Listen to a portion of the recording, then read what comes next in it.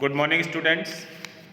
आज हम कक्षा 10 में हिंदी के अंतर्गत राम लक्ष्मण परशुराम संवाद पढ़ेंगे। यह पाठ तुलसीदास द्वारा रचित है। सबसे पहले हम इस पाठ का परिचय पढ़ेंगे। यह अंश रामचरितमानस के बालकांड से लिया गया है। सीता स्वयंवर में राम द्वारा शिव धनुष भंग के बाद मुनि परशुराम को जब यह समाचार मिला तो वे क्रोधित होकर वहां जाते हैं। शिव धनुष को खंडित देखकर वे आपे से बाहर हो जाते हैं। राम के विनय और विश्वामित्र के समझाने पर तथा राम की शक्ति की परीक्षा लेकर अंततः उनका गुस्सा शांत हो जाता है। इस बीच राम, लक्ष्मण और परशुराम के बीच जो संवाद हुआ उस प्रसंग को यहाँ पर प्रस्तुत किया गया है। परशुराम के क्रोध भरे वाक्यों का उत्तर लक्ष्मण व्यंग्य वचनों से देते हैं। इस प्रसंग की विशेषता है लक्ष्मण की वीर रस से पगी व्यंग्योक्तियाँ और व्यंजना शैली की सरस अभिव्यक्ति। आइए आगे पढ़ते हैं।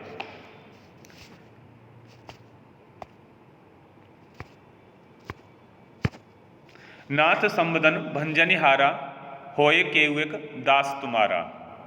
आयस काह कहें किन मोही सुन ऋषियाय बोले मुनि कोहि। यहाँ पर जब परशुराम सभा में आते हैं और पूछते हैं कि यह शिव धनुष किसने तोड़ा है, तब रामचंद्र परशुराम से कहते हैं, हे नाथ, शिवजी के धनुष को तोड़ने वाला आपका कोई दास ही होगा। क्या आज्ञा है, मुझे क्यों नहीं बताते। यह सुनकर जो मुनि जो थे अर्थात विश्वामित्र गुस्से से बोले, सेवक जो सो करे सेवकाई, अरे करनी करे करिय लड़ाई। क्या कहते हैं कि सेवक वही कहलाता है जो सेवा का काम करता है। शत्रुता का काम करके तो लड़ाई मोल ली जाती है।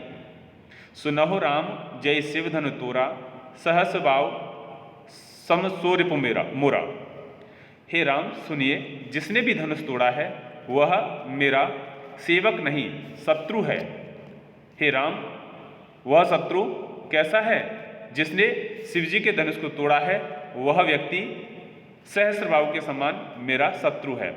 यहाँ पर सहस्त्रबाहु को बता दें, सहस्त्रबाहु को परशुराम ने बहुत बुरी तरह से मारा था और उसकी माना जाता है हजारों भुजाएं उन्होंने अपने फरसे से काट दी थी। सो बिलगाय ब्याहाई समाजा, नत मारे जइये सब राजा। वह इस राज समाज को छोड़कर अलग हो जाए, नहीं तो सभी राजा मारे जाएंगे। सुनि मुनि वचन लखन मुस्काने, बोले परशु धरें अवमाने। मुनि के ऐसे क्रोधपूर्ण वचन सुनकर लक्ष्मण मुस्कुराने लगे और परशुराम जी के प्रति अपमानित वचन कहने लगे। बहु धनुहि तोरी लड़काई, कबहुन असे ऋषि कीन गुसाई। हे गुसाई, लड़कपन में हमने बहुत सारी धनुइयाँ तोड़ डाली, किंतु आपने ऐसा क्रोध कभी नहीं किया। यही धनु पर ममता के हेतु सुन ऋषियाय कह भ्रकुल केतु। इस धनुष पर आपकी इतनी ममता किस कारण से है? यह सुनकर भृगुवंश की ध्वजा रूप परशुराम जी कुपित होकर बोले।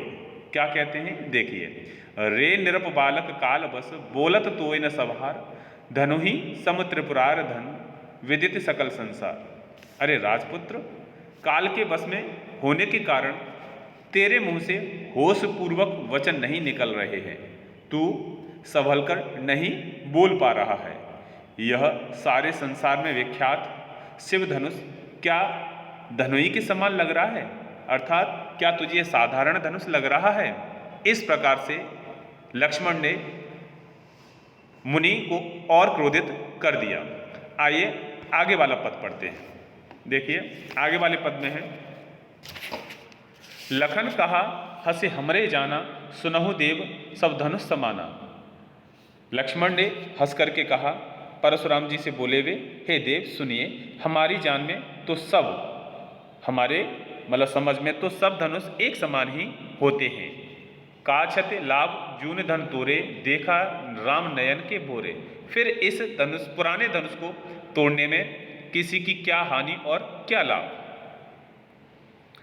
राम ने भी इस धनुष को नए धनुष के धोखे में तोड़ डाला है, और मुनि जी वह धनुष तो छूते ही टूट गया है। देखिए, छुअत टूट रघुपति नह दोषु, मुनि बिन काज करें कत रोसु।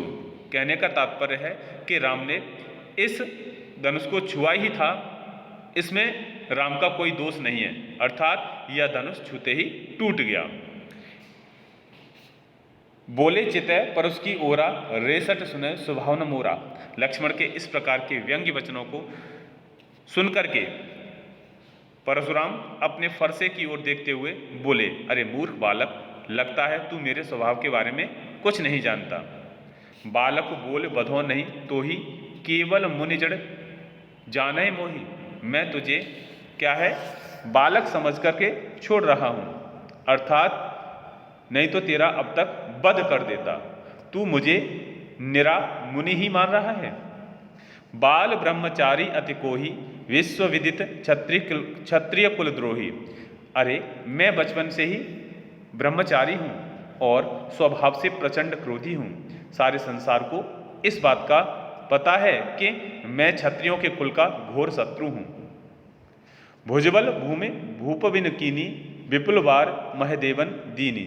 मैंने अपने भुजाओं के बल से अनेक बार पृथ्वी को सारे राजाओं से रहित कर दिया था, अर्थात इस धरती के सारे राजाओं का वध कर मैंने उनको ब्राह्मणों में दान कर दिया था। सहस बाहु भुज छेद निहारा, परस बिलोके महीप कुमारा। अरे राजकुमार लक्ष्मण, मेरे फरसे की ओर तो देख, इसने सहस्त्र बाहु की भुजाओं को काट डाला था। मात पिता हैं जन सोच बस, करस महिष किशोर, गर्वन के अरवक दलन, परस मोर अति घोर। अरे राजा के बालक लक्ष्मण, तू मुझसे भिड़कर अपने माता पिता को चिंता में मत डाल, अपनी मौत मत बुला। मेरा फरसा बहुत ही भयंकर है, यह गर्भ में पल रहे बच्चों का भी नाश कर देता है। आगे देखिए, तीसरा पद है, बिहस लखन बोले मृदुवानी, अहो मुनीस महावटवानी।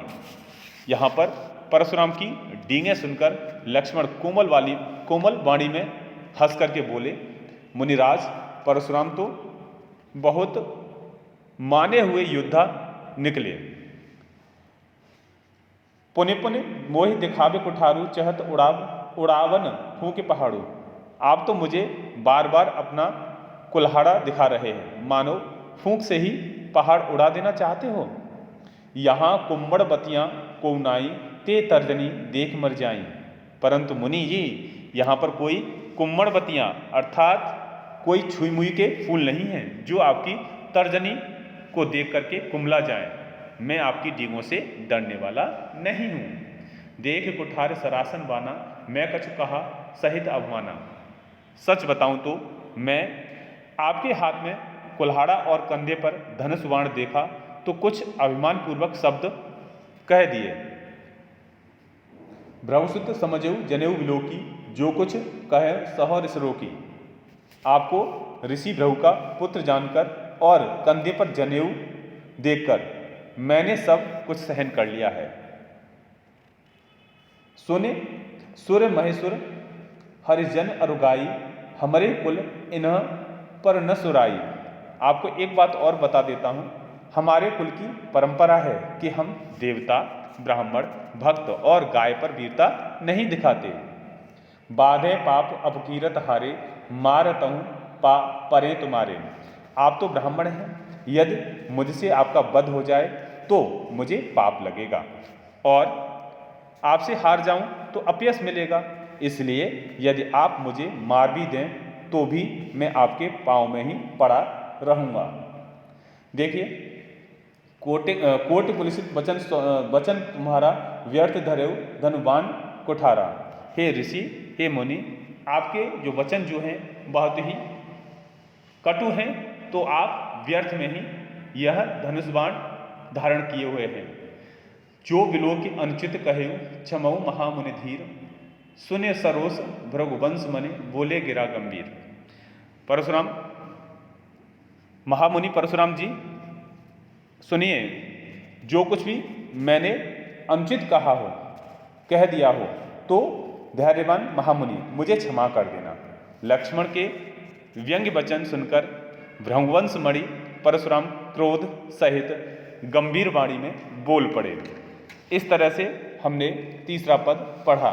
आइए आगे वाला पद पढ़ते हैं।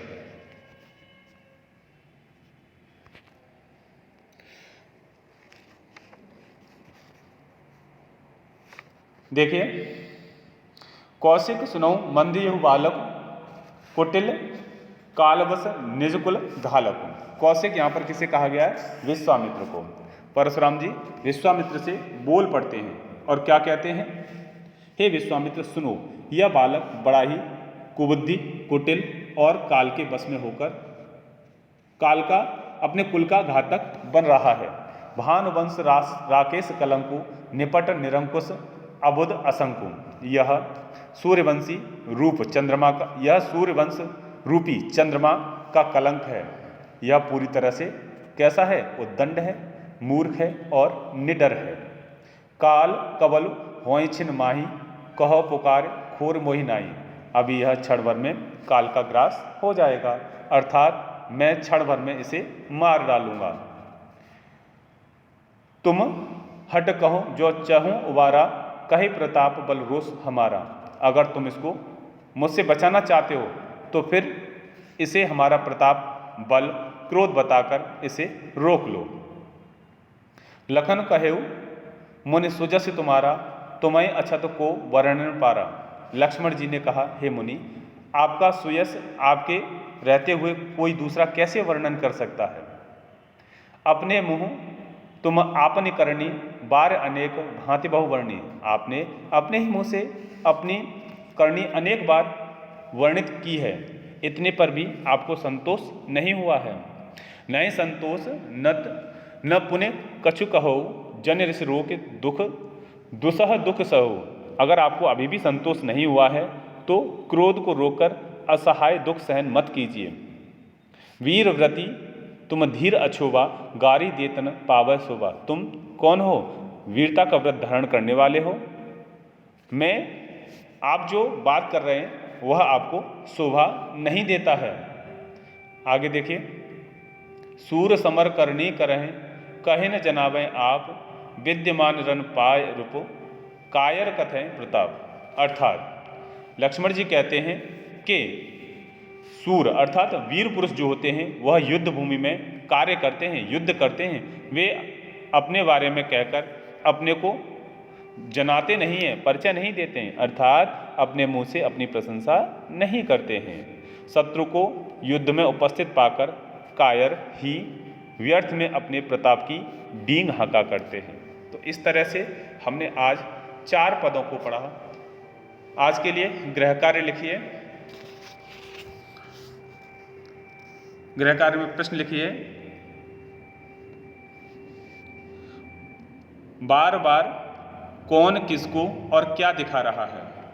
बार बार कौन और किसको क्या दिखा रहा है?